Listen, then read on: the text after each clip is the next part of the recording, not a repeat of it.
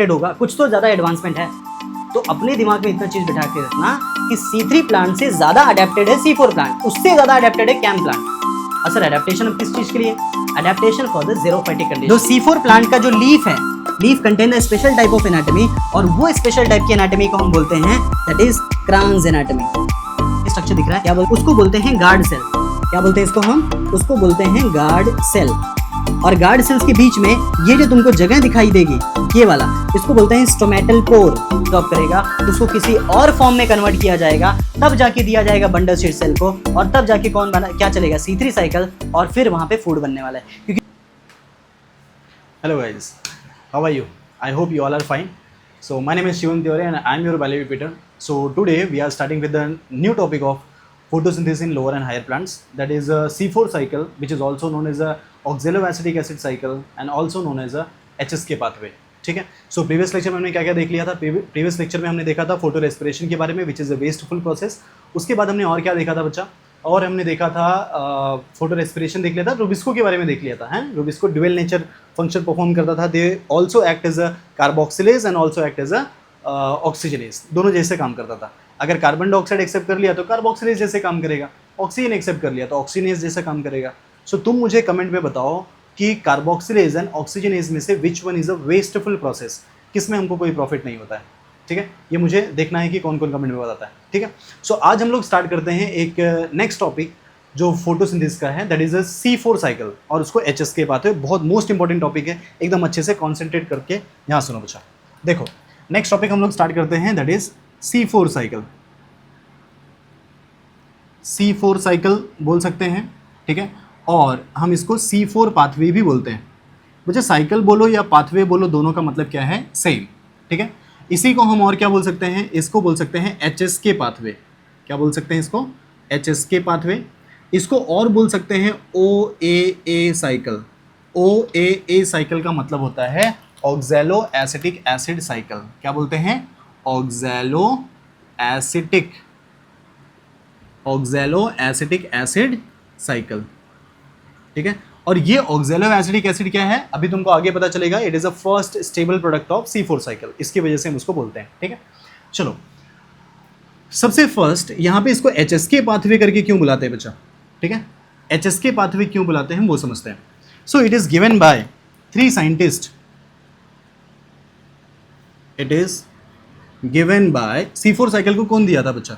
Given by, अब एक का नाम है बच्चा H, दूसरे का नाम है H हो गए, और हो गए कौन? स्लेक, हेड स्लेक, एंड एक होते हैं जिनका नाम है कॉर्टशेक। तो ऐसे कितने साइंटिस्ट हैं? 3 साइंटिस्ट हैं, H, slack and कॉर्टशेक।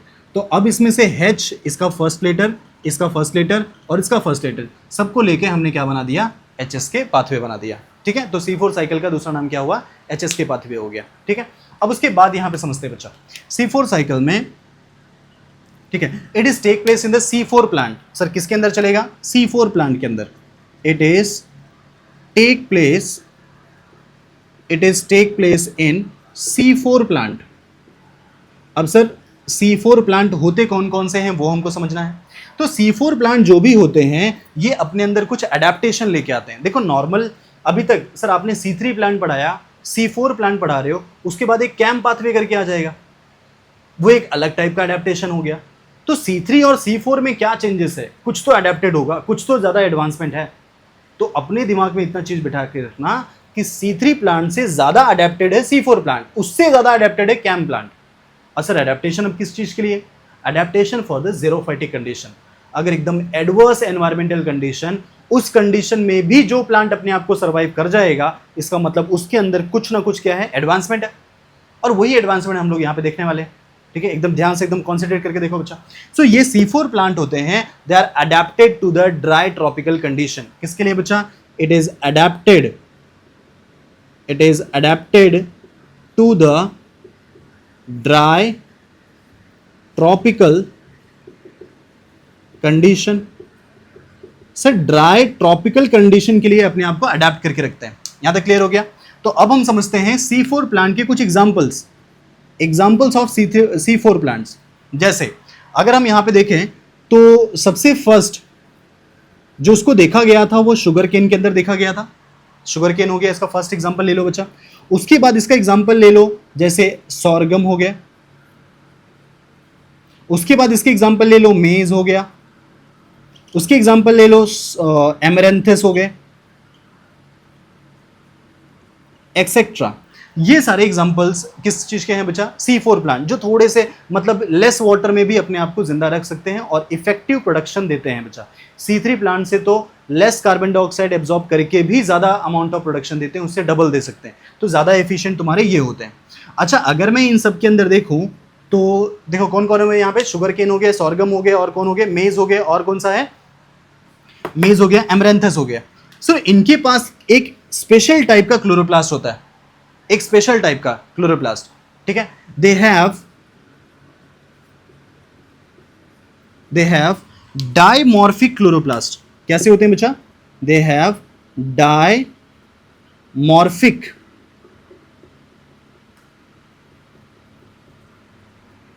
Dimorphic chloroplast, ठीक है। इस तरीके का क्लोरोप्लास्ट इनके पास होता है। अच्छा, डाइमॉर्फिक क्लोरोप्लास्ट का मतलब होता है टू टाइप्स ऑफ क्लोरोप्लास्ट होते हैं बच्चा इनके पास, ठीक है। They have two types of chloroplast, दो टाइप के क्लोरोप्लास्ट होते हैं। सबसे फर्स्ट क्लोरोप्लास्ट विद ग्रेना, जिसको हम बोलते हैं ग्रैनल। एक होता है इनके पास ग्रैनल क्लोरोप्लास्ट, दूसरा होता है बच्चा ए ग्रैनल क्लोरोप्लास्ट। तो ऐसे कितने क्लोरोप्लास्ट हो गए? यहाँ पे दो हो गए। तो हम यहाँ पे ग्रैनल के लिए क्या लिखेंगे बच्चा? Chloroplast with grana, chloroplast with grana. और यहां पे क्या लिख सकते हैं बच्चा? Chloroplast without grana. इसके पास ग्रेना नहीं होता, इसके पास ग्रेना होता है। तो जिसके पास नहीं होगा वो तुम्हारा नॉन ग्रीन कलर का हो जाएगा, ठीक है, तो वो होगा ए ग्रेनल। लेकिन क्लोरोप्लास्ट दोनों के अंदर होता है, ये क्वेश्चन बन सकता है बच्चा। क्लोरोप्लास्ट दोनों के अंदर होते हैं, बट उसके अंदर ग्रेना होता है कि नहीं, वो इंपॉर्टेंट कैरेक्टर है। अच्छा, ये चीज को मैं एकदम डिटेल में एक्सप्लेन किया हूं कब? जब हमने ये चैप्टर का स्टार्टिंग किया था, स्ट्रक्चर ऑफ क्लोरोप्लास्ट। उसके पहले मैंने पिगमेंट्स के बारे में तुमको बताया था, ठीक है, वो एकदम ध्यान से समझना। अच्छा, इसके पॉइंट के बाद नेक्स्ट एक चीज याद रखोगे कि सर ये इतना ज्यादा अडेप्टेड क्यों है? नॉर्मल C3 प्लांट का अगर मैं लीफ ले लूं और C4 प्लांट का लीफ ले लूं, तो C4 प्लांट के लीफ के अंदर का जो एनाटॉमी है ना, वो एक स्पेशल टाइप का एनाटॉमी है। याद रखना कि अगर मैं C4 प्लांट का एक लीफ ले लो और उसका तुमने कट सेक्शन निकाल लिया, तो इसके अंदर का जो एनाटॉमी तुमको दिखेगा अपर सरफेस लोअर सरफेस के बीच में, वो एक स्पेशल टाइप की एनाटॉमी होती है। तो यहां पे C4 plant leaf contain special type of anatomy. दो C4 प्लांट का जो लीफ है, leaf contain the special type of anatomy, और वो स्पेशल टाइप की एनाटॉमी को हम बोलते हैं दैट इज क्रान्स एनाटॉमी। क्या बोलते हैं बच्चे? इसको हम क्रान्स एनाटॉमी बोलते हैं। ये क्रान्स एनाटॉमी कहां पे होता है? ये क्रान्स एनाटॉमी होता है किसके अंदर? इस वाले टाइप के प्लांट के अंदर, एक स्पेशल टाइप का एनाटॉमी। अच्छा, ये जो क्रान्स वर्ड है, ये क्रान्स वर्ड है, वो एक लैटिन वर्ड है बच्चा। इसका मतलब क्या होता है? इसका मतलब होता है विड्थ, ठीक है। क्रान्स का मतलब क्या होता है? इसका मीन्स रहेगा दैट इज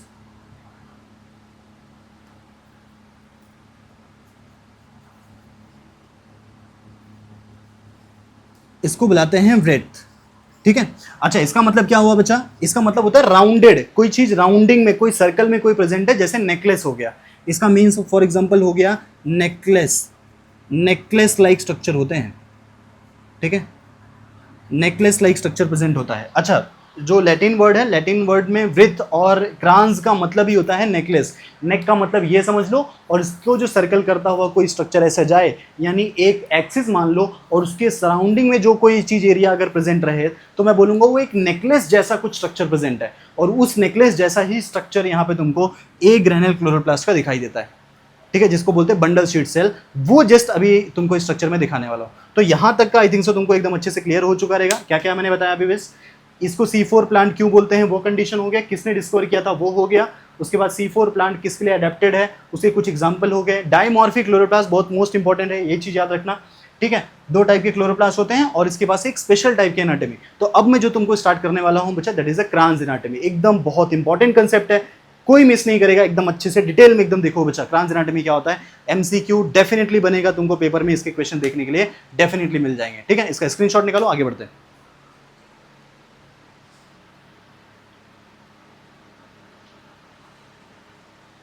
ओके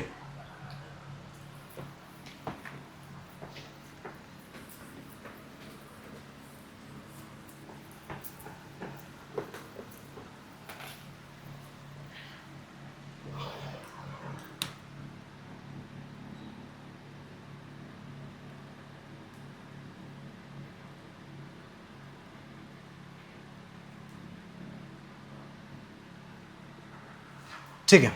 सो अब हम जो यहाँ पे देखने वाले हैं that is a cross anatomy. अब ये क्रांस एनाटॉमी में क्या क्या आने वाला है बच्चा, जैसे हम लोग एक लीफ का सेक्शन, ये देखो जैसे हमने यहाँ पे कंसिडर कर लिया एक लीफ हो गया, राइट है, ये लीफ हो गया, और इस लीफ का हमने एक कट सेक्शन ले लिया, इस लीफ का हमने एक कट सेक्शन ले लिया, और इस कट सेक्शन को अब हम लोग यहाँ पे जूम करने वाले हैं, राइट है। कट सेक्शन को जूम करके जो तुमको डायग्राम दिखेगा वो डायग्राम मैं यहाँ पे बना रहा हूँ, ठीक है, एकदम ध्यान से देखते रहना। तो डायग्राम बना लेंगे। अच्छा, डायग्राम में ज़्यादा टाइम तक वेस्ट ना हो, इसकी वजह से मैं पहले डायग्राम बना लेता हूँ, उसके बाद मैं आपको दिखाता हूँ, ठीक है। चलो ओके, सो ये है क्रांस एनाटॉमी का जो लीफ का स्ट्रक्चर है, हमने यहाँ पे जस्ट ड्रॉ किया है। अब इसके आगे थोड़ा सा समझते हैं बच्चा, ठीक है। देखो ये हमने लीफ का टीएस हमने निकाला था, टीएस मतलब होता है ट्रांसफर सेक्शन, ठीक है। तो हमने क्या लिया था यहाँ पे टीएस ऑफ लीफ लिया था, और जैसे टीएस ऑफ लीफ ले लिया हमने उसको ड्रॉ किया। अच्छा, अब इसको कैसे समझोगे कि ये स्ट्रक्चर कैसा आ रहा है, ठीक है। तो उसको समझने के लिए बस एक ऐसी चीज़ याद रखो कि सपोज करो ये तुम्हारे पास ये एज अ लीफ है, ये एज अ लीफ है, राइट है, ये इस तरीके से एज अ लीफ है। अब हमने क्या कर दिया, इस लीफ को ऐसे कट कर दिया, जैसे हमने बीच में से कट किया था, इसको ऐसे कट कर दिया। और कट करने के बाद अब तुम क्या करोगे, कट करने के बाद अगर मैं इसका पोर्शन तुमको दिखाऊं तो यहाँ पे एकदम ध्यान से समझो कि ये इसका अपर साइड है, ये इसका अपर साइड है, ये इसका क्या है बच्चा, लोअर साइड है। तो जब इसको तुम छोटा सा सेक्शन लोगे और उसको जब माइक्रोस्कोप में रखोगे तो इसके बीच का जो पार्ट रहेगा उसको हम जूम करके देख सकते हैं, राइट है। कोई ऐसा लीफ है, जब तुमने इसको कट कर दिया तो कट करने के बाद जो इसके बीच का जो विड्थ रहेगा उसको जूम करके देखोगे तो तुमको इस तरीके से स्ट्रक्चर आ जाएगा, राइट है।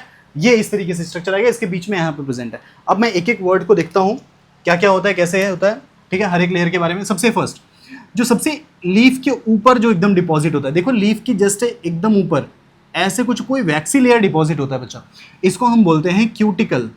क्या बोलते हैं बच्चा, क्यूटिकल। एक एक वर्ड एकदम अच्छे से याद रखना। क्यूटिकल क्या है, एक वैक्सी लेयर है बच्चा। क्यूटिकल क्या है, एक वैक्सी लेयर है। अच्छा, क्यूटिकल का काम क्या होता है, कभी कभी देखो जब हम ग्रेप्स लेके आते हैं मार्केट से, या तो हम एप्पल लेके आते हैं, राइट है। अब उसके ऊपर व्हाइट कलर की कुछ कोटिंग होती है, अगर हमने उसको ना ऐसे रब कर दिया थोड़े से अंगूठे से तो हमारे अंगूठे के ऊपर व्हाइट व्हाइट लग जाता है, वो जो व्हाइट व्हाइट लगता है वही होता है वैक्स। ऐसे ही लीफ के ऊपर भी होता है। अच्छा, क्यों आता है ये सब, टू प्रिवेंट द ट्रांसपिरेशन, यानी जब सनलाइट इस लीफ के ऊपर पड़ेगा तो सनलाइट पड़ने की वजह से यहाँ से ज़्यादा अमाउंट ऑफ वाटर लॉस ना हो जाए, उसको बचाने के लिए इसके ऊपर क्या आते हैं, cuticle. It is just a deposition, it is not a actual layer of leaf. तो ये क्या काम करते हैं, टू प्रिवेंट ट्रांसपिरेशन, ट्रांसपिरेशन से बचाने के लिए कौन आते हैं बच्चा, क्यूटिकल। एक वैक्सी लेयर आ जाते हैं, मोम जैसा होता है, बस इतना चीज समझ लो। अब ये अपर साइड में भी होता है और लोअर साइड में भी होता है, ठीक है। अब समझो इसके नेक्स्ट वाले लेयर पे आ जाते हैं। नेक्स्ट वाला लेयर जो लीफ का एक्चुअल लेयर है, ये दिख रहा है तुमको, ये वाला लेयर जो लीफ का एकदम एक्चुअल लेयर है, उस लेयर की तरफ आ जाते हैं। तो ये जो तुमको लेयर दिखाई देगा इसको हम बोलते हैं अपर एपिडर्मिस। क्या बोलेंगे इसको हम, अपर एपिडर्मिस। इसको बोलते हैं अपर एपिडर्मिस, और इसी का एक नाम है, it is adaxial surface. Adaxial surface, upper epidermis और एडेक्शियल सरफेस हम इसको बोल सकते हैं, राइट है। ये सबसे पहले लेयर के बारे में बात कर रहा हूं, इट इज एडेक्शियल सरफेस। अच्छा, ये होते क्या हैं, ये होते हैं नॉन फोटोसिंथेटिक। एडेक्शियल सरफेस कभी भी, एडेक्शियल और एबेक्शियल, अपर एंड लोअर सरफेस कभी भी क्या होते हैं, नॉन फोटोसिंथेटिक। एक्सेप्शन एक है, that is guard cells of stomata. तो ये इसके लिए मैं क्या लिख सकता हूं, जो ये सरफेस है it is non photosynthetic, non photosynthetic except guard cells of stomata. Stomata का गार्ड सेल जो होता है वही फोटोसिंथेसिस करता है, बाकी कोई फोटोसिंथेसिस नहीं करते हैं। तो ये अपर लेयर हो गया। अच्छा, अब हमको एकदम अच्छे से समझ में आ रहा है, अगर ये अपर लेयर यहाँ पे कवर किया हुआ तो एकदम नीचे आ जाएंगे तो लीफ का वो सबसे लोअर मोस्ट सरफेस हो जाएगा, यानी लोअर लेयर हो जाएगा। तो इसके बारे में हम क्या क्या लिख सकते हैं बच्चा, ये बताओ।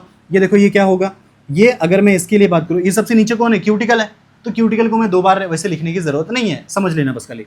इसको मैं बोल सकता हूँ लोअर एपिडर्मिस, लोअर एपिडर्मिस, ये लोअर एपिडर्मिस हो गया।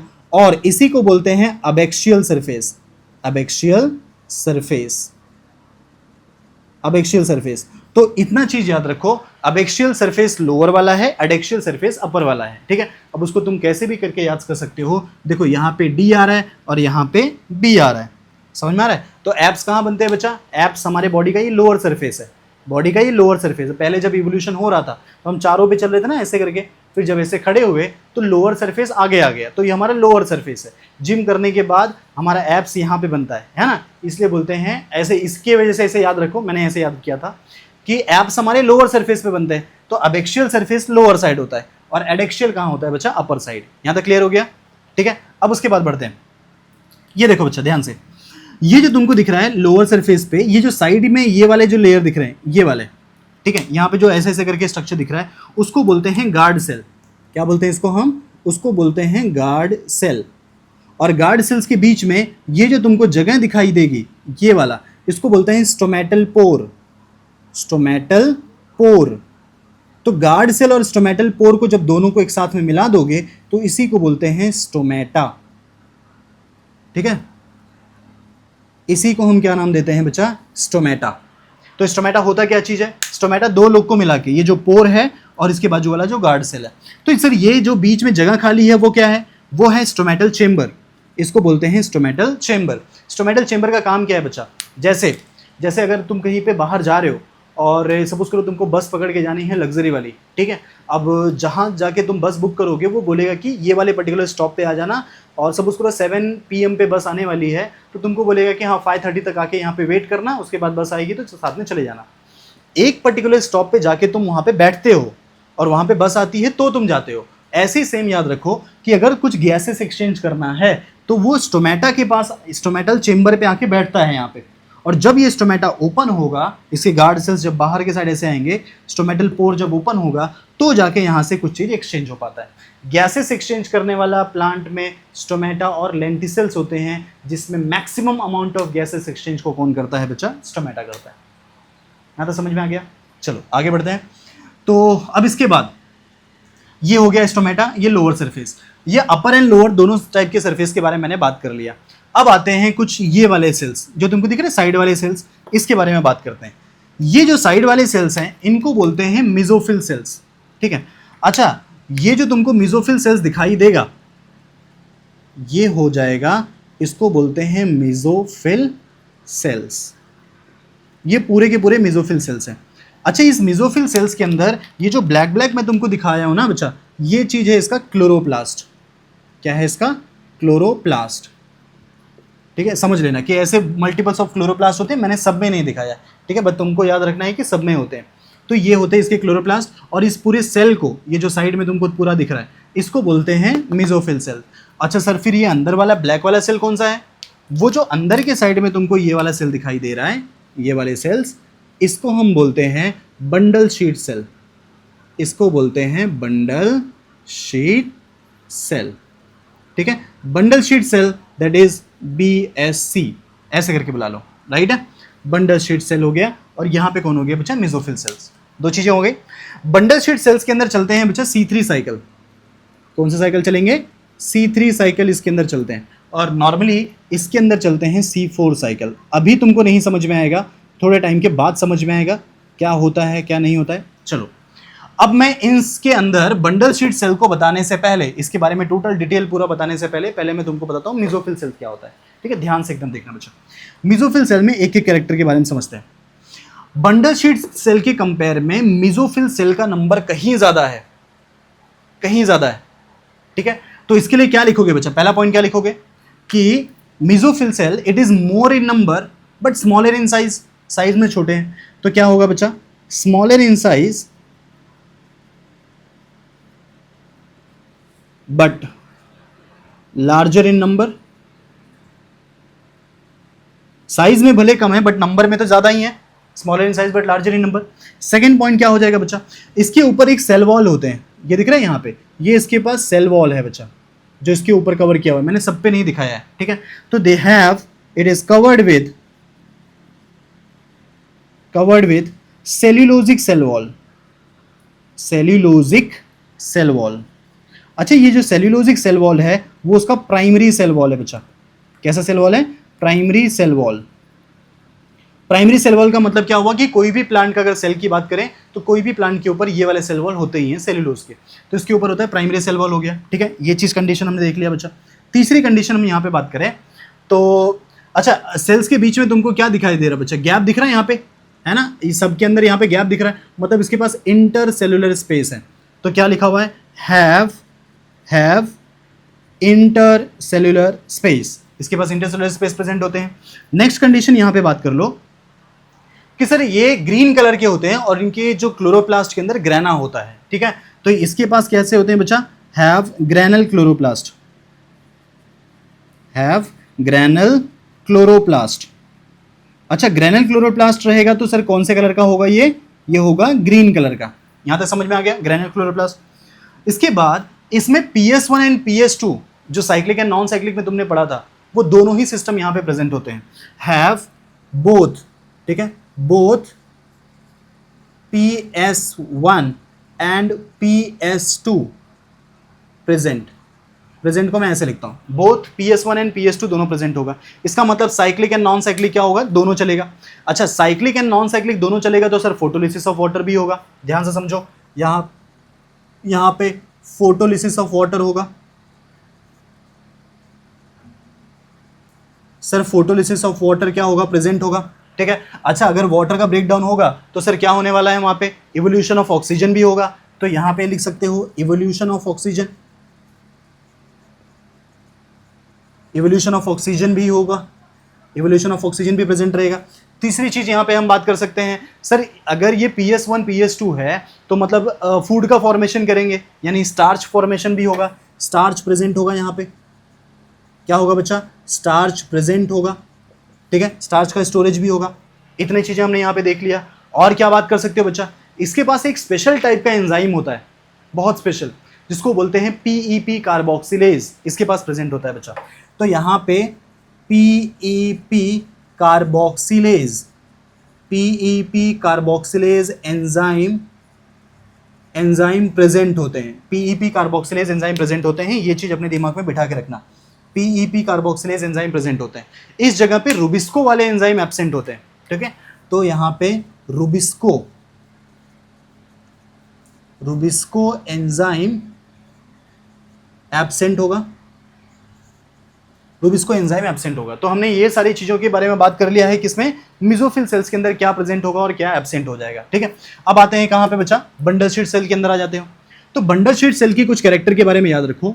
सर इसका साइज बड़ा है बट नंबर में क्या है बच्चा? कम है। So it is bigger in size but smaller in number. So याद रखोगे ये कैसा है? It is bigger in size but smaller in number. Size में भले बड़े हैं बट नंबर में क्या है बच्चा? छोटे ही हैं, नंबर में कम है। दूसरी चीज याद रखोगे ये चीज कि they have a granal chloroplast. Chloroplast तो है बट उसके पास ग्रेना नहीं है, ठीक है। तो मतलब इसका ग्रीन कलर नहीं होगा, कैसा होगा? नॉन ग्रीन कलर होगा। They have chloroplast, they have a granal chloroplast. क्या लिखोगे बच्चा? Have a granal chloroplast. A granal chloroplast जो कैसा होगा बच्चा? नॉन ग्रीन कलर का होगा, जो नॉन ग्रीन कलर का होगा। यहां तक समझ में आ गया? दे हैव अच्छा, इसके बीच में कहीं पे भी तुमको इंटर सेलुलर स्पेस दिख रहा है? नहीं। तो यहां पे याद रखो इंटर सेलुलर स्पेस एब्सेंट है, इंटर सेलुलर स्पेस एब्सेंट है। और इसके पास और क्या है बच्चा? और यहां पे फ्यू लेयर्स के होते हैं, ठीक है, बहुत ज्यादा लेयर नहीं दिख रहा है। इंटर सेलुलर स्पेस एब्सेंट है और ये फ्यू लेयर्स के हैं, फ्यू लेयर्स के हैं, ठीक है। सर इनका वॉल जो होता है ना वो एकदम थिक होता है, याद रखो। इनका वॉल कैसा होता है बच्चा? थोड़ा सा थिक होता है, जिसके वजह से ये गैसेस को भी अंदर जाने नहीं देते, मतलब इम्परमिएबल टू गैसेस होते हैं। तो इसके लिए याद रखोगे they have thick wall and impermeable to gases. Thick wall है और इम्परमिएबल टू गैसेस है, मतलब गैसेस भी इसके अंदर एंटर नहीं कर पाएगा। गैसेस के लिए कैसे हैं बच्चा, वो इम्परमिएबल हो जाएंगे। ठीक है, अच्छा अब इसमें बात करते हैं PS1 और PS2 के बारे में। कौन प्रेजेंट होता है बच्चा, तो यहाँ पे ओनली PS1 प्रेजेंट होता है बच्चा, सिर्फ साइक्लिक चलता है, नॉन साइक्लिक इस जगह पे नहीं चलेगा। तो यहाँ पे याद रखोगे only PS1 present, only PS1 present होगा, यानी ओनली साइक्लिक चलेगा बच्चा, ओनली साइक्लिक फोटोफॉस्फोराइलेशन यहाँ पे चलने वाला है। ये चीज समझ में आ गया, सिर्फ साइक्लिक फोटोफॉस्फोराइलेशन इस जगह पे चलेगा। अब आ जाते हैं यहाँ पे, अच्छा साइक्लिक फोटोफॉस्फोराइलेशन चलेगा तो सर इसमें फोटोलिसिस ऑफ वाटर होगा नहीं, इवोल्यूशन ऑफ ऑक्सीजन होगा नहीं, तो ये दोनों भी लिख लेते हैं, मतलब no photolysis of water and no evolution of oxygen. Sir कोई भी फोटोलिसिस ऑफ वाटर नहीं होगा, इवोल्यूशन ऑफ ऑक्सीजन नहीं होगा, लेकिन बट स्टार्च यहां पे प्रेजेंट रहेगा बच्चा। ठीक है, तो यहां पे याद रखोगे स्टार्च क्या रहेगा, स्टार्च प्रेजेंट रहने वाला है। दूसरी चीज, इसके पास एक एंजाइम होते हैं स्पेशल टाइप, जो होते हैं रुबिस्को। क्या प्रेजेंट होता है यहाँ पे, रुबिस्को प्रेजेंट होता है, तो इसके पास रुबिस्को प्रेजेंट रहेगा, ये चीज याद रखोगे। तो यहाँ पे अंदर के साइड कौन प्रेजेंट होता है बच्चा, अंदर के साइड होते हैं यहाँ पे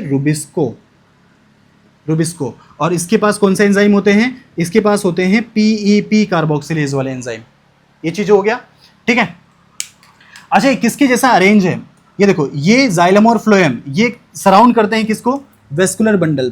ठीक है, so bundle sheath cell surrounded by vascular bundle, bundle sheath cell याद रखो BSC,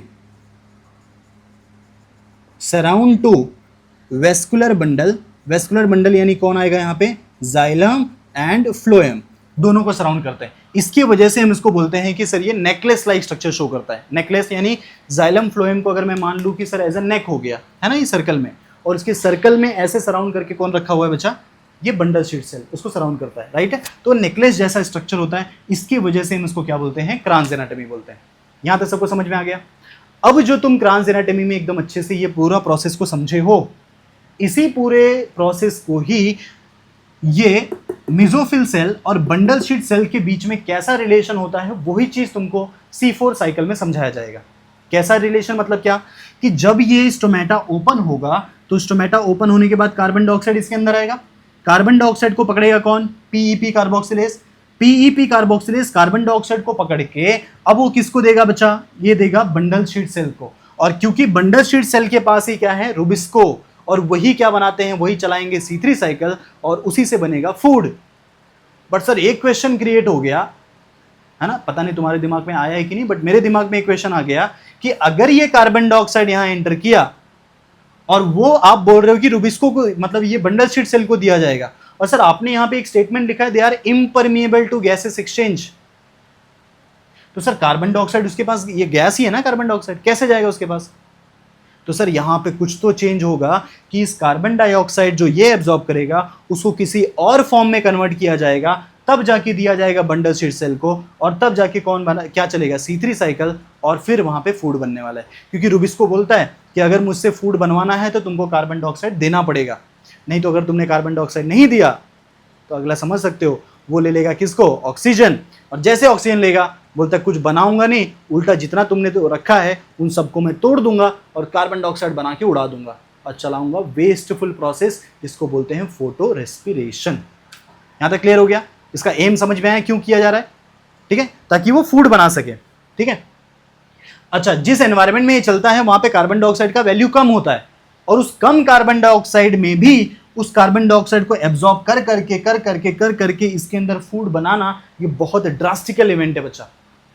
ठीक है, बहुत ज्यादा इंपॉर्टेंट कंसेप्ट है। अब मैं तुमको इन्हीं दोनों के बीच के रिलेशन को बताने वाला हूं, मतलब ये इसको कार्बन डाइऑक्साइड कैसे देगा और वो उसको फूड बना के कैसे देगा। तो अगर इन्हीं दोनों के बीच के रिलेशन को तुमने समझ लिया तो तुम क्या समझ लोगे, C4 साइकिल समझ जाओगे। समझ में आ गया? तो मैंने क्रांस एनाटॉमी तुमको कंप्लीट एक्सप्लेन कर दिया है। अब मैं तुमको क्या एक्सप्लेन करूंगा बच्चा, C4 साइकिल एक्सप्लेन करने वाला हूं। चलो इसका स्क्रीनशॉट निकालो, फिर आगे बढ़ते हैं।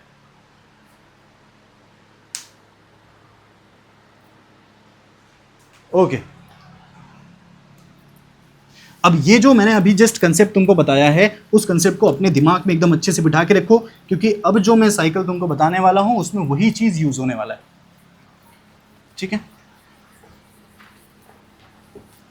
देखो अभी हमने क्या क्या किया था बच्चा, हमने अभी क्रांस एनाटॉमी कर लिया है और हमको अभी कौन सा साइकिल पढ़ना है बच्चा, C4 साइकिल।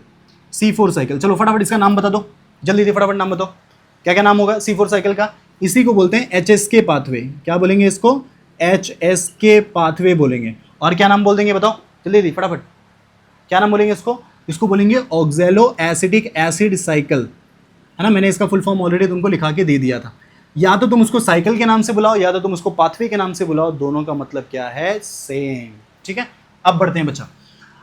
सर इसमें दो लोगों का रिलेशन है ना, एक मेसोफिल सेल और एक बंडल शीट सेल। तो पहले हम क्या करेंगे, दोनों का डायग्रामेटिक व्यू देख लेंगे।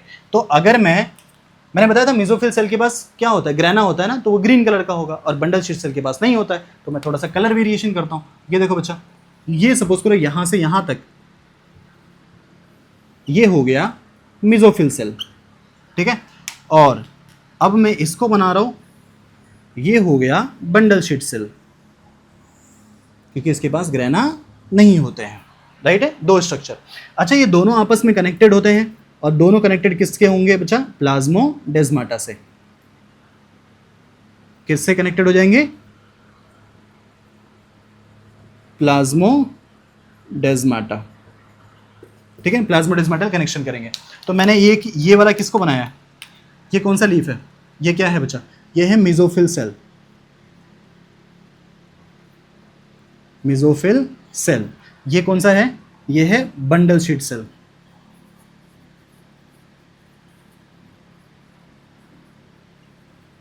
ये बंडल शीट सेल है। अच्छा, मेसोफिल सेल के पास कैसा होता है, ग्रेनल क्लोरोप्लास्ट, ठीक है। तो इसके पास होता है ग्रेनल क्लोरोप्लास्ट।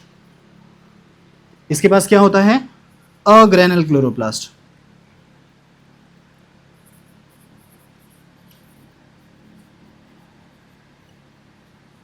क्लोरोप्लास्ट। इसके पास कौन से एंजाइम होते हैं, बताओ कौन सा एंजाइम होता है, PEP कार्बोक्सिलेज। यहां पे PEP कार्बोक्सिलेज प्रेजेंट होता है। और यहां पे कौन होता है बच्चा, यहां पे रुबिस्को आता है, यहां पे रुबिस्को प्रेजेंट हो जाएगा, राइट है। दो चीजें हो गया, यहां तक समझ में आया दोनों। और दोनों किससे कनेक्टेड है बच्चा, दोनों कनेक्टेड है किसके साथ, प्लाज्मोडेस्माटा। तो ये हो गया ये, और यहाँ पे दोनों सेल्स के बारे में समझ लेते हैं। अब मेसोफिल सेल, मैंने बोला जब जैसे स्टोमेटा ओपन होगा, अब अपने दिमाग एकदम अच्छे से याद रखोगे, और जो हमने अभी प्रीवियस डायग्राम बनाया था उस डायग्राम को अपने दिमाग में रखना। और मैंने बताया था जब स्टोमेटा ओपन होगा तो कार्बन डाइऑक्साइड जाएगा किसके पास, मेसोफिल सेल के पास। मेसोफिल सेल उसको एक्सेप्ट करेगा और फिर उसके बाद उसका आगे मोशन होगा बच्चा। ये देखो, तो मेसोफिल सेल्स के पास एक चीज प्रेजेंट होता है जिसको बोलते हैं PEPA। क्या बोलते हैं बच्चा, PEPA। और वो PEPA है क्या चीज, फॉस्फोइनॉल पायरुविक एसिड। क्या बोलेंगे इसको हम, phosphoenol pyruvic acid. Phosphoenol pyruvic acid PEPA। ये होता है कितने कार्बन का, 3, राइट है यहां तक। अब 3 कार्बन के होने के बाद ये एक्सेप्ट करेगा किसी और चीज को। बाहर से कौन आ रहा है बच्चा, बाहर से आ रहा है कार्बन डाइऑक्साइड। क्या आ रहा है, carbon dioxide, atmospheric carbon dioxide. लेकिन एटमॉस्फेरिक कार्बन डाइऑक्साइड को डायरेक्टली एक्सेप्ट नहीं कर सकता, वो कन्वर्ट होता है कार्बोनिक एसिड में। और कार्बोनिक एसिड यानी क्या होता है, HCO3- एक आयन में कन्वर्ट हो जाता है, राइट है। इसको एक्सेप्ट करेगा। अच्छा, अब तुमको दिख रहा है कि यहाँ पे कितने कार्बन है, यही तो कार्बन डाइऑक्साइड ही तो कन्वर्ट हुआ है, यानी it is nothing but 1 carbon. अब ये दोनों के दोनों ही जब आपस में मिलते हैं, ये दोनों के दोनों जब आपस में मिल जाएंगे तो यहां पे कुछ बन के तैयार हो जाएगा, ठीक है। ज़्यादा ही सांप सीढ़ी जैसा बन गया, ठीक है। तो ये अच्छा फिर से भी तो वैसे ही बन रहा है, ठीक है। तो ये दोनों के दोनों ही कंबाइन करके क्या बना देंगे बच्चा, ये आ जाएगा पहला वाला, और ये बन के तैयार होगा OAA। OAA जो रहता है वो 4 कार्बन का होता है। कैसे, 3 कार्बन ये, 1 कार्बन ये, 4 कार्बन का ये बन गया। अच्छा यही जो है it is a first stable product. क्या है बच्चा, it is first stable product, first stable product. और OAA मतलब क्या हुआ बच्चा, OAA it is oxalo acetic acid. ये कितने कार्बन का है, 4 कार्बन का। 4 कार्बन के होने की वजह से ही हम इसको बोलते हैं C4 साइकिल। समझ में आ रहा है, फर्स्ट स्टेबल प्रोडक्ट कितने कार्बन का है उसके बेसिस पे हम उसको नाम देते हैं। अगर 3 कार्बन का हुआ तो C3 साइकिल, 2 कार्बन हुआ तो C2 cycle which is photo respiration, 4 carbon का हुआ तो C4 साइकिल। यहां तक क्लियर हो गया। अच्छा अब ये क्या काम करेगा, ठीक है, यहां तक हो गया। अच्छा इसके बीच में एक एंजाइम आता है बच्चा, वो एंजाइम कौन से रहेंगे, देखो PEPA एक कार्बन डाइऑक्साइड एक्सेप्ट कर रहा है, तो एंजाइम का नाम आएगा PEP कार्बोक्सिलेज। कौन आएगा, PEP कार्बोक्सिलेज, या कभी कभी हम इसको बोलते हैं पेप्केज। क्या बोल देंगे बच्चा, पेप्केज। इसका मतलब भी क्या होता है, PEP कार्बोक्सिलेज। अब जैसे ऑक्सैलो एसिडिक एसिड आया, ऑक्सैलो एसिडिक एसिड को एक रिवर्सिबल रिएक्शन चलेगा यहां पे थोड़ा सा, और वो कन्वर्ट कर देगा किस में, मैलिक एसिड में कन्वर्ट करेगा। ऑक्सैलो एसिडिक एसिड को किस में कन्वर्ट कर देगा, मैलिक एसिड। मैलिक एसिड भी तुम्हारे कितने कार्बन का हुआ, 4 कार्बन का हो जाएगा। लेकिन जब ये कन्वर्जन होते रहता है तो कन्वर्जन होने के टाइम पे ही इस जगह पे किसी चीज का फॉर्मेशन होता है, इस जगह पे किसी चीज का क्या होगा बच्चा, फॉर्मेशन होगा। और क्या फॉर्मेशन होगा, यहां पे आता है NADPH, और NADPH से हाइड्रोजन यूज कर लेगा और क्या बना देगा बच्चा, NADP+ बना देगा। मेरा इसके बाहर जा रहा है लेकिन तुम्हारा वैसे बाहर नहीं जाना चाहिए, ठीक है, ऐसा तुम बॉक्स बनाओगे। अच्छा मैंने इसमें हाइड्रोजन का एडिशन कर दिया बच्चा, यानी इस प्रोसेस का मैंने क्या करा दिया, reduction. Addition of hydrogen is known as a reduction. और फाइनली क्या बना दिया, मैलिक एसिड। अब ये मैलिक एसिड प्लाज्मोडेस्माटा से होते हुए कहां आ जाएगा, किसके पास, बंडल शीट सेल के पास। और जैसे बंडल शीट सेल के पास ये मैलिक एसिड आया, ये दिख रहा है यहां पे मैलिक एसिड, और वो मैलिक एसिड को हम फर्दर कन्वर्ट करते हैं और किस में कन्वर्ट करेंगे बच्चा, पायरुविक एसिड में। और मैलिक एसिड कितने कार्बन का हुआ, 4 कार्बन का। पायरुविक एसिड कितने कार्बन का है, 3 कार्बन का, राइट है। इस तरीके से कन्वर्ट हो जाएगा 4 कार्बन से 3 कार्बन। अब ये पायरुविक एसिड को रिटर्न कहां लेके जाया जाएगा, अपर साइड। लेकिन वहां पे जाने से पहले 4 कार्बन को अगर मैं 3 कार्बन में कन्वर्ट कर रहा हूं तो इसमें क्या रिलीज हो जाएगा बच्चा, यहां से कार्बन लॉस होगा, किसके फॉर्म में, कार्बन डाइऑक्साइड के फॉर्म में। किसके फॉर्म में लॉस हो जाएगा, कार्बन डाइऑक्साइड। और इसी वाले प्रोसेस के टाइम पे एक और कंसेप्ट यहां पे होगा कि ये जो तुमने NADP+ था, और वो फिर से क्या बना लेगा बच्चा, NADPH बना लेगा। NADP+ से वापस से क्या बन जाएगा, NADPH। मतलब अब की ये हाइड्रोजन लेके चले गया, यानी अब इसका क्या करा दिया, ऑक्सीडेशन। और ये जो कार्बन डाइऑक्साइड निकला है उसको कोई और एक्सेप्ट करेगा। ये कार्बन डाइऑक्साइड को कौन एक्सेप्ट करेगा बताओ। यहां पे होता है RUBP, ध्यान से समझना, जो किस में पढ़ा था तुमने, C3 साइकिल में। RUBP कितने कार्बन का हुआ, ये हुआ 5 कार्बन का। ये आएगा, कार्बन डाइऑक्साइड एक्सेप्ट कर लेगा और बन जाएगा 2 molecules of 3PGA, first stable product PGA। और वो आगे चल के कन्वर्ट होगा और बना लेगा, एक ढाप बनेगा, फिर रिवर्सिबल रिएक्शन चलेगा, फिर पागल बन जाएगा, वापस रिटर्न बैक यहाँ पे, और फाइनली यहाँ पे क्या बना देगा बच्चा, ग्लूकोज बना देगा, मतलब फूड बना देगा। तो सर आपने ये जो बना के दिखाया है, सर आप तो दिखा रहे हो C3 साइकिल, तो मैं कौन सा अलग बोल रहा हूं, मैं भी तो वही बोल रहा हूं कि ये कार्बन डाइऑक्साइड किस में एंटर कर जाता है, C3 साइकिल में, और यहां पे क्या बना देता है, ग्लूकोज। यानी बंडल शीट सेल के अंदर कौन सा साइकिल चलेगा, C3 साइकिल चलेगा। कंसेप्ट समझ में आ गया, क्यों C3 साइकिल चलेगा, क्योंकि कार्बन डाइऑक्साइड यहां से निकल के इसके अंदर आ गया था। तो सर अब हमको पता चल रहा है कि एक्चुअली जो C3 साइकिल में कार्बन डाइऑक्साइड आता है, वो कार्बन डाइऑक्साइड कहां से आ रहा था बच्चा, वो कार्बन डाइऑक्साइड इस वाले प्रोसेस में आ रहा था, C4 प्लांट के अंदर। क्लियर हुआ यहां तक, ठीक है। चलो मैं कहां तक पहुंचा था बच्चा, पायरुविक एसिड 3 कार्बन का था। पायरुविक एसिड को ऊपर लेके आ जाओ, ठीक है, जैसे ऊपर लेके आ जाओगे यहां पे आ जाएगा पायरुविक एसिड,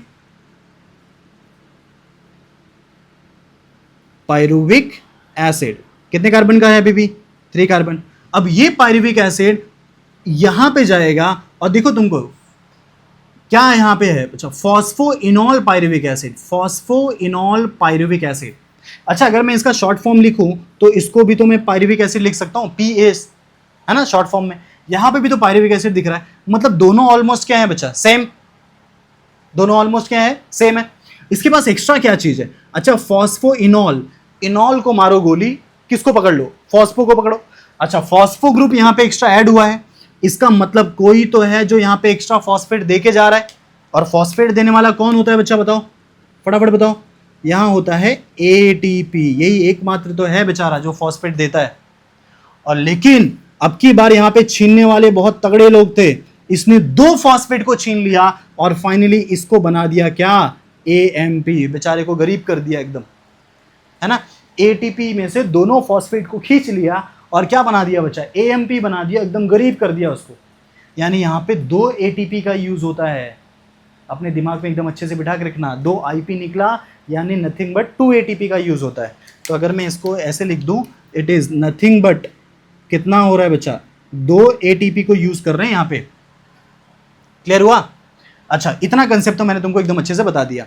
अब थोड़े से और आ जाते हैं और इसमें सब कुछ समझते हैं। जब यहां से एक्सेप्ट किया तो PEP कार्बोक्सिलेज मैंने एकदम अच्छे से बता दिया, ये आ गया बच्चा। और यहां पे ऑक्जेलो एसिडिक एसिड से क्या बनेगा, मैलिक एसिड। लेकिन जब ये कन्वर्ट होता है तो यहां पे एक एंजाइम आता है और उस एंजाइम को हम एक नाम से बुलाते हैं, इस जगह पे एक एंजाइम आएगा, नाम से बुलाएंगे, जिसको बोलते हैं मैलेट डिहाइड्रोजनेज। क्या बोलते हैं बच्चा, इसको बोलते हैं मैलेट डिहाइड्रोजनेज, इसको बोलते हैं मैलेट डिहाइड्रोजनेज। इस जगह पे एंजाइम आता है। उसके बाद मैलिक एसिड यहां आया, यहां से मैलिक एसिड यहां पे, इस जगह पे भी एक एंजाइम आता है जिसको मैलिक एंजाइम भी तुम बोल सकते हो। इसको बोल सकते हैं क्या बच्चा, मैलिक एंजाइम। ये मैलिक एंजाइम यहां पे आ जाएगा, ठीक है। और फाइनली पायरुविक एसिड को यहां लेके आया, यहां से यहां पे आ गया। यहां पे एक इंपॉर्टेंट एंजाइम आता है जिसको हम बोलते हैं, ठीक है, जिसको हम नाम देते हैं PPDK। क्या नाम देते हैं इसको, PPDK, ठीक है। अच्छा PPDK का फुल फॉर्म क्या हो जाएगा बच्चा, पायरुवेट, पायरुवेट फॉस्फेट डाइकाइनेज। क्या बोलेंगे इसको हम, इसको हम बोलेंगे पायरुवेट, याद रखना, पायरुवेट फॉस्फेट डाइकाइनेज। अच्छा काइनेज वाला वर्ड कब आता है, जब ATP यूज करते हैं। तो डाई वाला वर्ड क्यों आया, क्योंकि यहां पे 2 ATP यूज कर रहे हैं, ध्यान से समझना, ठीक है। PPDK pyruvate phosphate dikinase. और ये होता कैसा है बच्चा, it is a cold sensitive enzyme है। कैसा एंजाइम है बच्चा, ये कोल्ड सेंसिटिव एंजाइम है। यानी अगर इसको तुमने ठंडी जगह पे रख दिया तो ये एंजाइम काम नहीं करेगा और इस वाले प्रोसेस को हम यहीं पे लॉक कर सकते हैं। समझ में आ गया यहाँ पे, यहाँ तक एकदम अच्छे से क्लियर हुआ। चलो अब अगर मैं इसके कैलकुलेशन की बात करूं तो एक कार्बन डाइऑक्साइड यहाँ पे एंटर किया, तो एक कार्बन डाइऑक्साइड एंटर करने के बाद यहाँ पे NADPH को यूज कर लिया, NADPH बन गया, यानी दोनों तो न्यूट्रल हो गए बच्चा, इससे कोई मतलब नहीं है। तो ये कार्बन डाइऑक्साइड यहाँ पे आया और ये कार्बन डाइऑक्साइड यहाँ से निकल गया, उसको C3 एब्जॉर्ब कर लिया और यहाँ पे ग्लूकोज बना दिया। अच्छा अब मुझे पता चल रहा है कि एक ग्लूकोज बनने के लिए तो सर 6 कार्बन डाइऑक्साइड चाहिए था। इसके लिए तुमको प्रीवियस वाला लेक्चर रिवाइज करना पड़ेगा बच्चा थोड़ा सा, राइट है। अगर नहीं देखे हो तो प्रीवियस वाला लेक्चर जाके देख के आ जाओ, ठीक है। क्या हुआ, यहाँ पे ग्लूकोज बन गया। ग्लूकोज को बनने के लिए 6 बार केल्विन साइकिल चलाना पड़ता है, 6 बार C3 साइकिल चलाना पड़ेगा। तो अगर 6 बार चलाना पड़ेगा तो 6 कार्बन डाइऑक्साइड चाहिए, और इसमें तो एक कार्बन डाइऑक्साइड पे तो एक कार्बन डाइऑक्साइड निकल रहा है, तो मतलब यहाँ पे कितनी बार यहाँ पे कार्बन डाइऑक्साइड आना चाहिए, 6 बार। तो ये भी कितनी बार चलेगा बच्चा, 6 टाइम्स ये भी चलेगा, है ना। तब जाके 6 कार्बन डाइऑक्साइड निकलेगा, तब जाके एक ग्लूकोज बनेगा। कैलकुलेशन अभी जस्ट बता रहा हूँ, नीट के लिए बहुत इंपॉर्टेंट है बच्चा। और एक कार्बन डाइऑक्साइड लेने के बाद तुम देख रहे हो कि यहाँ पे 2 ATP यूज हो रहा है। एक कार्बन डाइऑक्साइड लेने के बाद C4 साइकिल में 2 ATP यूज हो रहा है। अब देखो मेसोफिल सेल्स के अंदर कौन सा साइकिल चल रहा है बच्चा, C4, और बंडल शीट सेल के अंदर कौन सा साइकिल चल रहा है, C3 साइकिल। तो 2 टाइप की यहाँ पे दोनों साइकिल चलते हैं बच्चा। तो इसको करने के लिए 2 एटीपी यूज हो रहा है, और इसके अंदर देखेंगे तो और कितना अमाउंट ऑफ एटीपी यूज होगा। अब इसको अपने दिमाग में एकदम अच्छे से बिठा के रखो, कैलकुलेशन जस्ट अभी मैं बता रहा हूं, ठीक है। इसका स्क्रीनशॉट निकालो, फिर आगे बढ़ते हैं। ओके, सो अगर हम इसका कैलकुलेशन देखेंगे तो कैलकुलेशन कैसा है बच्चा, C4 प्लांट का कैलकुलेशन, ठीक है। सो यहाँ देखो, अगर मैं इसके कैलकुलेशन के बारे में बात करूँ, जस्ट अभी तुमने साइकिल किया था, राइट है। कैलकुलेशन के बारे में बात करूँ, सो अगर मैं इसमें फर्स्ट पॉइंट ले रहा हूँ, ATP consumed, total ATP consumed in C4 plant. अगर C4 प्लांट के अंदर टोटल कितना एटीपी कंज्यूम हो रहा है उसके बारे में बात करेंगे। तो C4 प्लांट में अभी जस्ट तुमने देखा कि दोनों चल रहे थे बच्चा, बंडल शीट सेल में C3 चल रहा था और अपर वाले मेसोफिल सेल में C4 चल रहा था। तो अगर मैं यहाँ पे बात करूँ कि C4 साइकिल, ठीक है, C4 साइकिल जब उसके अंदर चलेगा, C4 प्लांट के अंदर C4 साइकिल चलेगा, तो वहाँ पे 2 एटीपी कंज्यूम करता है, ठीक है, 2 एटीपी कंज्यूम्ड पर कार्बन डाइऑक्साइड फिक्सेशन। एक कार्बन डाइऑक्साइड को फिक्स करने के लिए 2 एटीपी चाहिए। इसी में चल रहा था कौन सा, C3 साइकिल, जो कहाँ चल रहा था, बंडल शीट सेल में।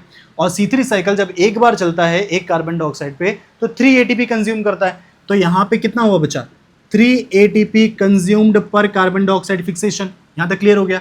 तो अगर मैं टोटल नंबर ऑफ एटीपी अगर मैं बात करूँ C4 प्लांट के अंदर, तो टोटल 5 एटीपी जो होता है वो कंज्यूम्ड होगा, कंज्यूम्ड पर कार्बन डाइऑक्साइड फिक्सेशन। मैं एक कार्बन डाइऑक्साइड को फिक्स करने के लिए 5 एटीपी का कंजम्पशन होता है। यहीं पे अगर मैं मान लूं, सेकेंड वाली पॉसिबिलिटी अगर मैं मान लूं, to form 1 molecule of sugar, अगर एक 1 मॉलिक्यूल ऑफ ग्लूकोज बनाना है, ठीक है, टू फॉर्म या to prepare 1 molecule of glucose, तो कितना कार्बन डाइऑक्साइड की जरूरत पड़ेगा, 6 कार्बन डाइऑक्साइड की जरूरत पड़ेगा।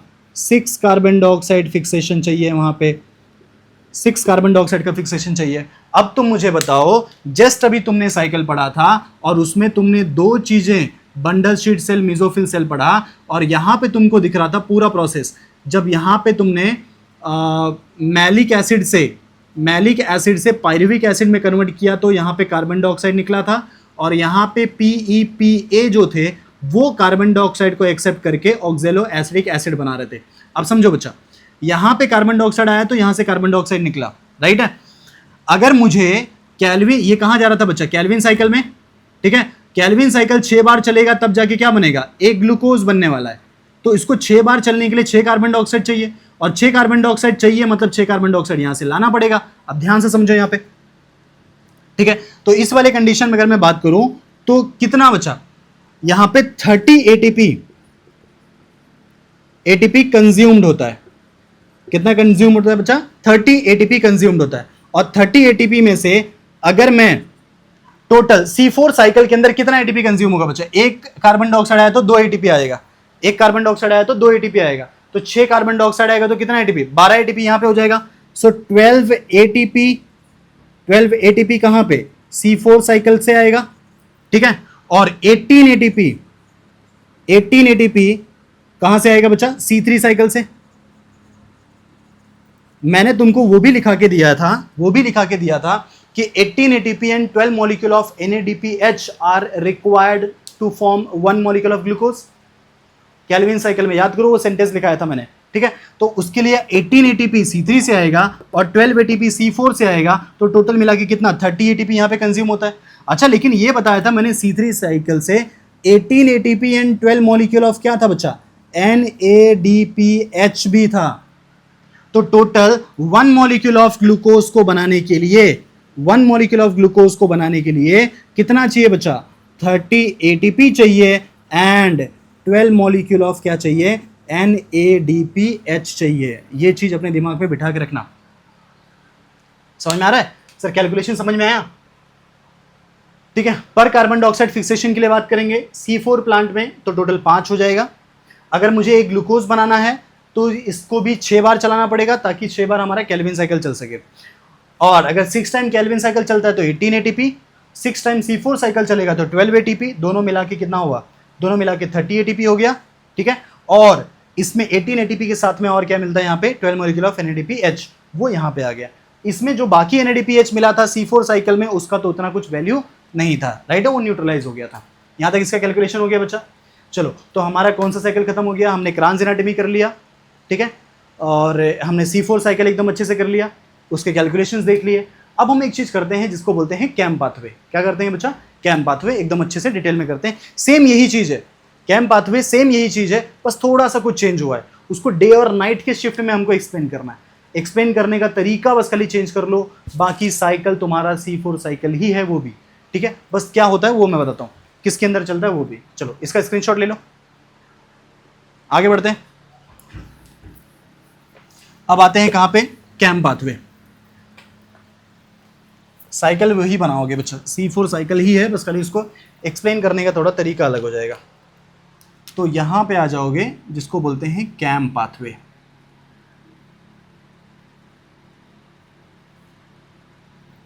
ठीक है sir, CAM pathway, CAM word इसको क्यों पढ़ा बच्चा, कैम वर्ड क्यों पढ़ा?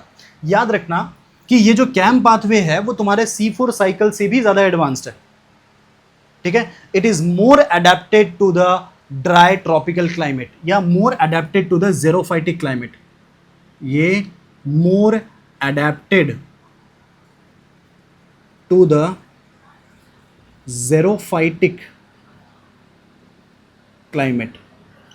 ज़ेरोफाइटिक क्लाइमेट के लिए सबसे ज्यादा अपने अंदर अडेप्टेशन लेके आता है। सर कैम वाला वर्ड क्या बोलते हैं? यहाँ पे 3 वर्ड है बच्चा, 3 को मिला के हम इसको कैम पाथवे बोलते हैं। इसको बोलते हैं क्रेसुलेशन एसिड मेटाबॉलिज्म। क्या नाम देते हैं इसको? इसको बुलाते हैं, it is crassulacean acid metabolism.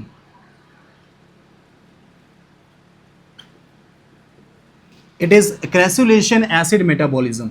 और इसके स्टार्टिंग का ये लेटर ले लिया CAM, और इसकी वजह से हम इसको क्या बोलते हैं बच्चा, कैम पाथवे, ठीक है। अच्छा, it is take place in, sir किसके अंदर चलता है? ये जो क्रेसुलेशन एक वर्ड है ना, इसका ये एक प्लांट की एक फैमिली है बच्चा, ठीक है। उस फैमिली के मेंबर के अंदर ही तुमको ये सब चलेंगे। So it is take place in crassulacean family.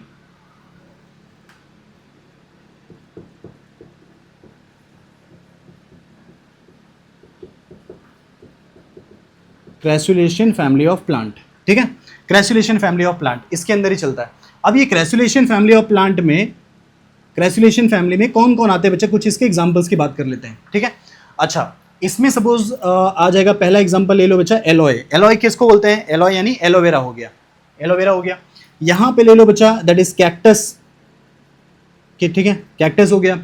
Sir ये हो गया पाइनएप्पल, पाइनएप्पल ले सकते हो। यहां पे ले सकते हो बच्चा, दैट इज ब्रायोफाइलम, ठीक है, ब्रायोफाइलम।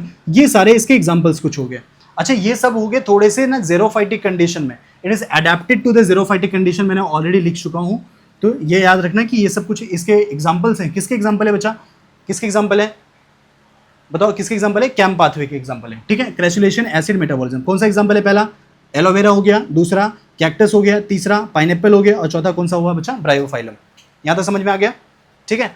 उसके बाद नेक्स्ट यहां समझ लो, इसके पास एक स्पेशल टाइप का स्टोमेटा होता है, एक स्पेशल टाइप का स्टोमेटा जिसको हम बोलते हैं स्कोटो एक्टिव स्टोमेटा, ठीक है। दे हैव स्पेशल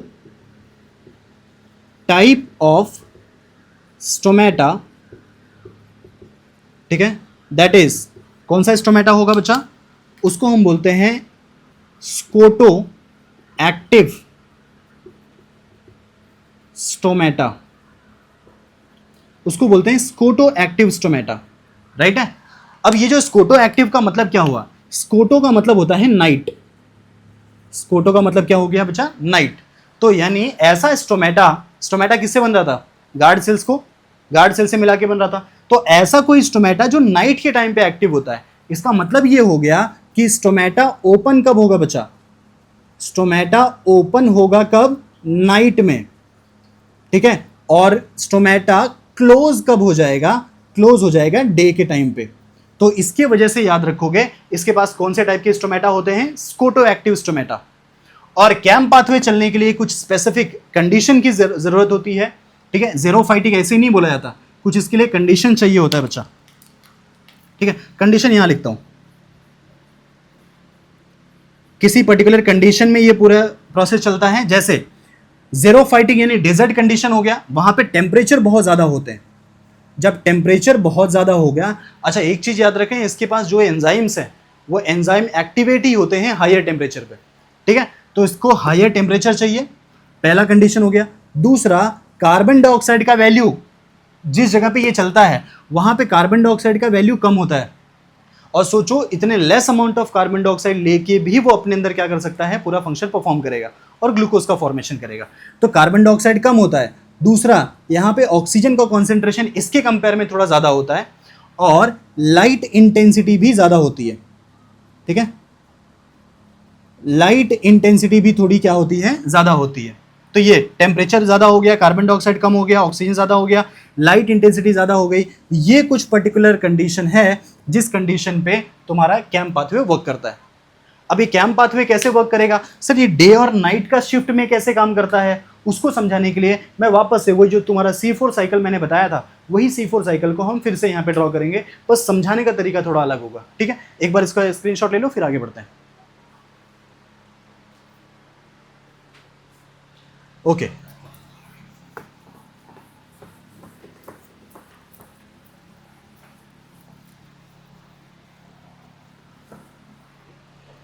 जस्ट अभी हमने क्या किया था, हमने C4 साइकिल किया था, राइट है। C4 साइकिल में हमने क्या क्या देखा था बच्चा, C4 साइकिल में यही था, थोड़ा फटाफट हम करेंगे।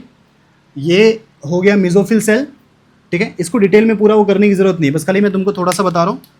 मेसोफिल सेल हो गया, ये हो गए कौन से, बंडल शीट सेल, ये मैंने ऑलरेडी तुमको बता चुका हूँ, राइट है।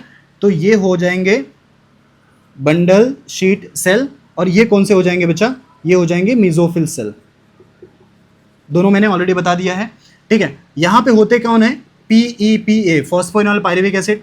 कार्बन डाइऑक्साइड आएगा किसके फॉर्म में एक्सेप्ट करेंगे, HCO3 माइनस के फॉर्म में एक्सेप्ट करेंगे, और फाइनली क्या बना देंगे, oxalo acidic acid, which is a first stable product of C4 cycle, मैंने बताया ऑलरेडी। इसके बाद यहां पे मूव करोगे, रिवर्सिबल साइकिल चलता है, और यहां पे बनते हैं कौन बच्चा, मैलिक एसिड। कौन बनेगा, मैलिक एसिड, ये बन जाएगा मैलिक एसिड, ठीक है। मैलिक एसिड प्लाज्मोडेस्माटल कनेक्शन से होते हुए कहां आ जाएंगे, यहां पे मैलिक एसिड यहां आ जाएगा। मैलिक एसिड जब जाते रहेगा तो इसी जगह से कार्बन डाइऑक्साइड निकल जाता है, और क्या बन जाएगा यहां पे, पायरुविक एसिड। और वही पायरुविक एसिड प्लाज्मोडेस्माटा से होते हुए फिर से कहां आ जाएगा, इस जगह पे, ठीक है। तो क्या बन जाएगा, पायरुविक एसिड बन जाएगा, और पायरुविक एसिड वापस से क्या बन जाएगा, फॉस्फोइनोल पायरुविक एसिड। इसके बीच में हमने क्या क्या पढ़ा था बच्चा, बीच में हमने ये पढ़ा था, यहां पे क्या पढ़ा था, ये NADPH आता है और क्या बन जाता है, NADP प्लस बन जाता है। इस जगह पे क्या हुआ था, यहां पे हुआ था NADP प्लस आता है और फिर से क्या बन जाता है, NADPH बन जाता है। और इस जगह पे जो जा रहा था पायरुविक एसिड से फॉस्फोइनोल पायरुविक एसिड, तो क्या हो रहा था, यहाँ पे आ रहा था ATP, और ATP से क्या बन रहा था बच्चा, ADP बन जा रहा था। ये सारा कंसेप्ट हमने पढ़ लिया था, राइट है। अच्छा, यहाँ पे 2 IP यूज कर रहा था, इसलिए ADP नहीं बनेगा, क्या बनेगा, AMP बनेगा। बस कैम पाथवे में क्या होता है, थोड़ा ये समझ लो कि ये नाइट के टाइम पे एक्टिवेट होता है, नाइट के टाइम पे एक्टिवेट होगा। यानी क्या हुआ, मेसोफिल सेल्स जिनके पास क्लोरोप्लास्ट थे, मैंने अभी जस्ट ये वाला स्ट्रक्चर बताया था बच्चा, जब लीफ का हमने सेक्शन कट किया था तो मैंने तुमको बताया था कि मेसोफिल सेल्स के यहाँ पे स्टोमेटा होते हैं। स्टोमेटा ओपन कब होंगे, नाइट में। यानी ये वाला जो प्रोसेस चलेगा वो नाइट में चलेगा, और ये प्रोसेस कब चलेगा, डे में चलेगा। तो नाइट और डे, ठीक है, ये दोनों अलग अलग टाइम पे काम करते हैं। जैसे ये देखो, इसको समझाने का एक तरीका बस ऐसे समझ लो कि सपोज हमारे पास हम एक प्लांट को देखना स्टार्ट कर रहे हैं जो डेजर्ट कंडीशन पे, राइट है। सपोज करो अभी मैं जो टाइमिंग बता रहा हूँ वो टाइमिंग को तुम पेपर में मेंशन नहीं करोगे, बस तुमको समझने के लिए है वो, ठीक है। फॉर एग्जांपल हमने एक प्लांट देखा, और प्लांट को हमने सपोज नाइट टाइम पे, रुको, प्लांट को हम कभी देख रहे हैं बच्चा? प्लांट को हमने सपोज मॉर्निंग के टाइम पे देख लिया, राइट है? नहीं, प्लांट को हमने इवनिंग के टाइम पे देखा, सपोज करो 7 PM पे, ठीक है? फॉर एग्जांपल कब देख रहे हैं बच्चा? यहाँ पे 7 PM पे देख रहे हैं। अब प्लांट के अंदर जब हमने वहां से कुछ केमिकल निकाला तो हमको दिखा कि एक कोई पर्टिकुलर टाइप का एसिड का कॉन्सेंट्रेशन कुछ ज्यादा हो रहा था, तो मैंने बोला चलो ठीक है। फिर वो प्लांट को हम वापस से डे के टाइम पे देख रहे हैं, मतलब पूरा नाइट के टाइम तक वो अपना काम किया। नाइट के टाइम तक काम करने के बाद वो फिर कहाँ आ गया बच्चा? फिर हम उस प्लांट को सुबह 7 AM पे देख रहे हैं। कब देख रहे हैं? यहाँ पे 7 AM पे देख रहे हैं, ठीक है? 7 AM पे देख रहे हैं।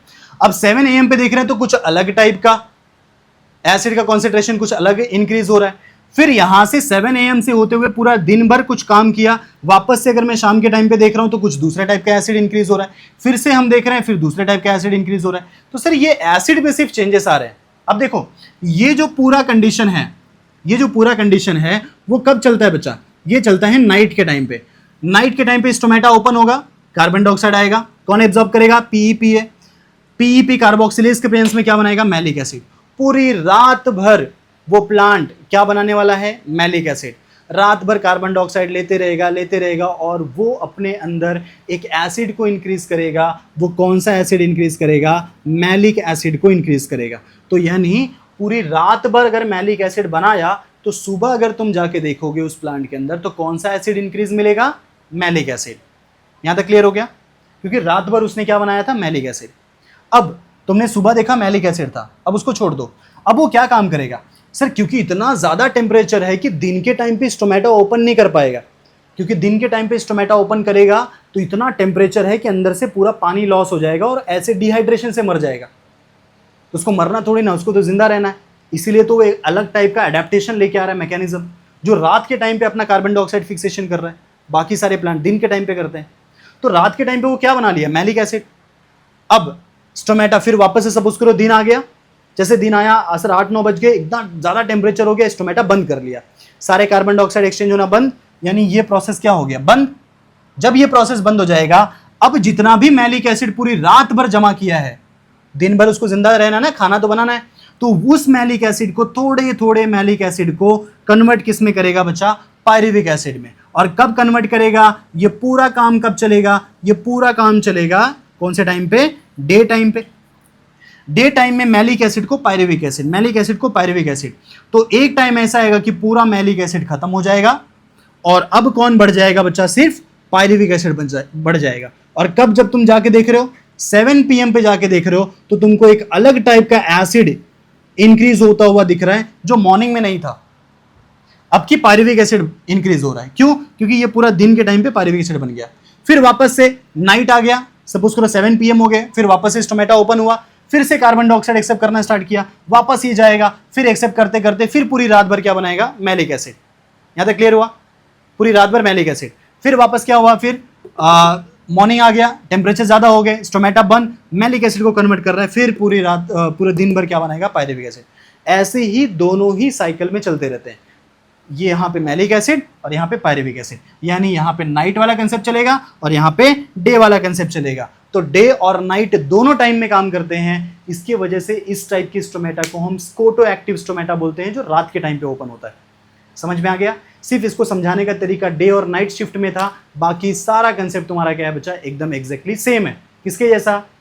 C4 साइकिल के जैसा, राइट है? तो हमने आज क्या कर लिया बच्चा? हमने आज कर लिया है क्रांज एनाटॉमी कर लिया है। क्रांज एनाटॉमी के बाद C4 साइकिल हमने कर लिया है। C4 साइकिल के बाद उसके हमने कैलकुलेशन देख लिए। उसके बाद हमने कर लिया है कौन सा? कैम पाथवे कर लिया। कैम पाथवे का साइकिल देख लिया, उसको समझाने का तरीका देख लिया, डे और नाइट में कैसे काम करता है। सिर्फ तुम्हारा इस चैप्टर का लास्ट कंसेप्ट बच गया है, जिसको हम एक रेड ड्रॉप इफेक्ट करके पढ़ेंगे। उसके बाद फैक्टर्स अफेक्टिंग फोटोसिंथेसिस पढ़ेंगे, जिसमें कुछ एक्सटर्नल और इंटरनल फैक्टर्स आ जाएंगे, ठीक है? और जो एक्सटर्नल फैक्टर रहेगा उसको थोड़ा डिटेल में पढ़ना है, जैसे कार्बन डाइऑक्साइड हो गया, लाइट हो गया, टेम्परेचर हो गया, वाटर हो गया, इतने ही फैक्टर को डिटेल में पढ़ लेंगे। इतने फैक्टर पढ़ लोगे तो तुम्हारा चैप्टर फाइनली क्या हो जाएगा? फिनिश, राइट है? तो यहाँ तक का सारी चीज़ें हमने यहाँ पे देख लिया। ओके, इसका स्क्रीनशॉट ले लो। बाकी का जो हम करेंगे वो नेक्स्ट लेक्चर में करेंगे। ओके, चलो बाय।